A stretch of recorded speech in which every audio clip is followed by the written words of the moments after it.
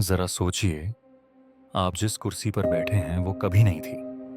ये सब पहले सिर्फ किसी के दिमाग में थे। इंसान की सबसे अजीब ताकत यही है, हम उन चीजों पर विश्वास कर लेते हैं जो असल में मौजूद नहीं है।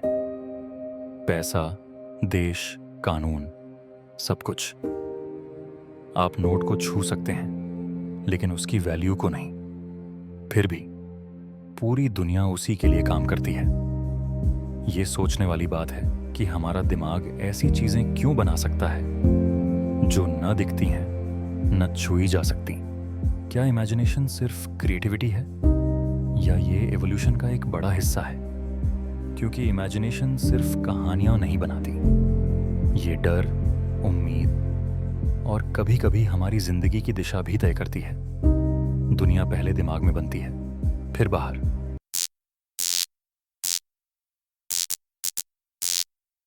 जब हम इमेजिनेशन की बात करते हैं तो हमें अक्सर कला, कहानियां और संगीत याद आते हैं। लेकिन क्या आपने सोचा है कि एवोल्यूशन के लिए इमेजिनेशन का असली मतलब क्या था? यह डर से शुरू हुआ।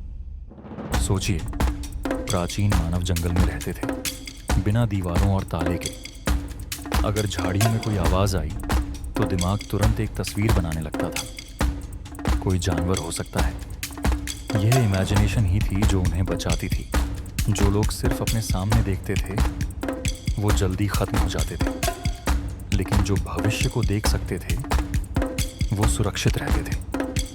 दरअसल इमेजिनेशन एक तरह का मेंटल रिहर्सल था जो असली खतरे से पहले ही दिमाग को तैयार कर देता था। आज भी यही सिस्टम हमारे एग्जाम्स और इंटरव्यूज में काम करता है। फर्क बस इतना है, पहले खतरा शेर था, आज वो कैलेंडर में लिखा हुआ है।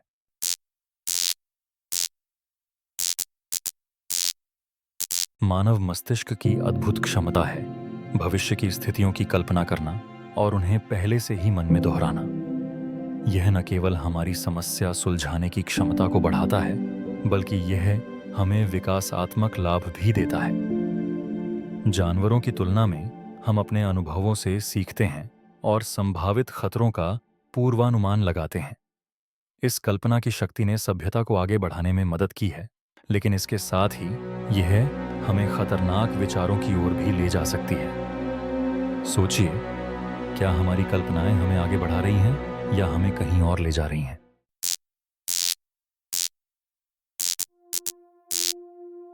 कल्पना पहले एक व्यक्तिगत शक्ति थी जो हमारे मन के कोनों में छिपी रहती थी। लेकिन जब हमने भाषा का विकास किया, तब यह शक्ति साझा अनुभव में बदल गई। शब्दों ने हमें एक दूसरे से जोड़ दिया, हमारी भावनाओं और विचारों को साझा करने का एक माध्यम बन गया। इसी साझा अनुभव ने विश्वास का निर्माण किया। जब हम अपनी कल्पनाओं को साझा करते हैं तो हम एक समाज का निर्माण करते हैं जहां हर व्यक्ति की आवाज महत्वपूर्ण होती है। इस तरह कल्पना ने न केवल हमें जोड़ा, बल्कि हमें एक नई पहचान भी दी। आज हम एक साथ मिलकर नई संभावनाओं की खोज कर रहे हैं, क्योंकि साझा कल्पना ही समाज की नींव है।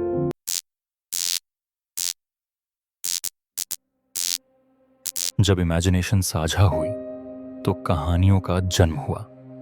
ये सिर्फ मनोरंजन नहीं थी, बल्कि जीवन के लिए जरूरी उपकरण थी। जब खतरा होता तो उसे कहानी में ढाल दिया जाता, जैसे उस जंगल में मत जाना। यह सिर्फ वाक्य नहीं, बल्कि चेतावनियां थीं। धीरे धीरे कहानियां मिथकों में बदल गईं। जब इंसान समझ नहीं पाता था तो इमेजिनेशन ने देवताओं और आत्माओं का निर्माण किया। ये सच है या नहीं, ये मायने नहीं रखता था। जरूरी था कि पूरा समूह एक ही विश्वास पर खड़ा हो। यहीं से रिचुअल्स का जन्म हुआ। एक साथ बैठना, खाना, प्रार्थना करना, ये सब इमेजिनेशन को हमारी रोजमर्रा की जिंदगी में जोड़ते हैं और अब ये हमारी पहचान का हिस्सा बन गए हैं। आप कौन हैं, किस समूह से हैं, किस कहानी पर विश्वास करते हैं, ये सब इमेजिनेशन ने तय किया। इस तरह इमेजिनेशन सिर्फ भविष्य देखने की शक्ति नहीं रही, बल्कि संस्कृति की रीढ़ बन गई।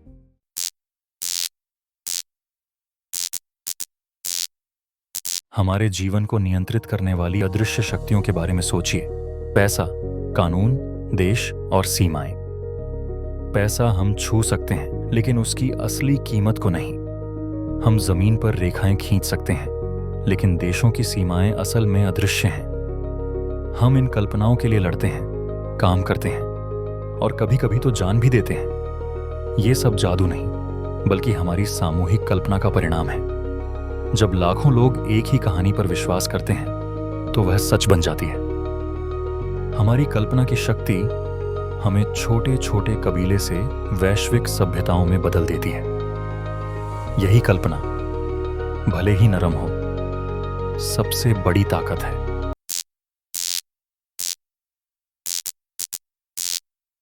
क्या आपने कभी सोचा है कि हमारी कल्पना कितनी ताकतवर और खतरनाक हो सकती है? पहले जब हम जंगल में थे, खतरे तुरंत सामने आते थे। या तो शेर था या नहीं, लेकिन आज खतरे साफ नहीं हैं। अब हम सोचते हैं, अगर ऐसा हुआ तो, या अगर वो बुरा सोच रहा हो। हमारी कल्पना अब एक पूरी फिल्म चला देती है और यहीं से चिंता शुरू होती है। असल में चिंता कोई नई बीमारी नहीं है, ये हमारी कल्पना का खेल है, बिना किसी असली खतरे के। पहले खतरा शेर था, आज वो एक ईमेल है। डर अब वास्तविक नहीं, बल्कि काल्पनिक है। फिर भी महसूस होता है जैसे वो असली हो। ये हमारे दिमाग की पुरानी संरचना का नतीजा है, जो अब भी उसी जंगल के हिसाब से काम कर रहा है। यही असमानता आज की सबसे बड़ी मानसिक समस्या बन गई है।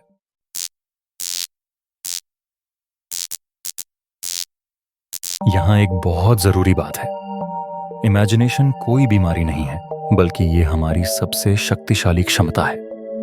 जब इमेजिनेशन सही दिशा में होती है, तो यह प्लानिंग, इनोवेशन और होप बन जाती है। लेकिन जब यह डर में बदल जाती है, तो डिप्रेशन और एंजाइटी का कारण बनती है। दिमाग हमेशा सक्रिय रहता है, लेकिन कभी-कभी इसे आराम की जरूरत होती है। मेंटल हेल्थ का मतलब है इमेजिनेशन को दबाना नहीं, बल्कि इसे सही तरीके से इस्तेमाल करना। अगर हम इसे कंट्रोल में रख सकें, तो वही इमेजिनेशन जो डर पैदा करती है, वही हमें ठीक भी कर सकती है। आज की दुनिया में इमेजिनेशन इतनी ज्यादा क्यों चल रही है? क्योंकि हम सब एक बेहतर भविष्य की तलाश में हैं।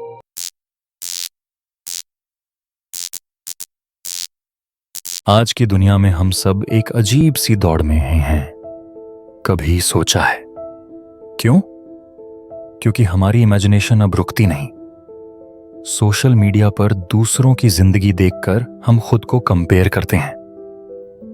न्यूज़ हमें भविष्य के खतरों की चिंता में डाल देती है।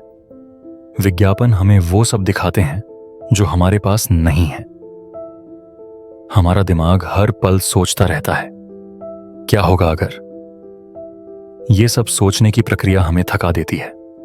हम कहते हैं, मैं फिजिकली टायर्ड नहीं हूं, पर मेंटली एग्जॉस्टेड हूं। ये कोई कमजोरी नहीं, बल्कि इमेजिनेशन का ओवरलोड है। हमें अपने दिमाग को प्रेजेंट में लौटने का मौका देना होगा, वरना ये रेस्टलेस रहना हमारी सबसे बड़ी समस्या बन जाएगी। तो क्या है इसका समाधान?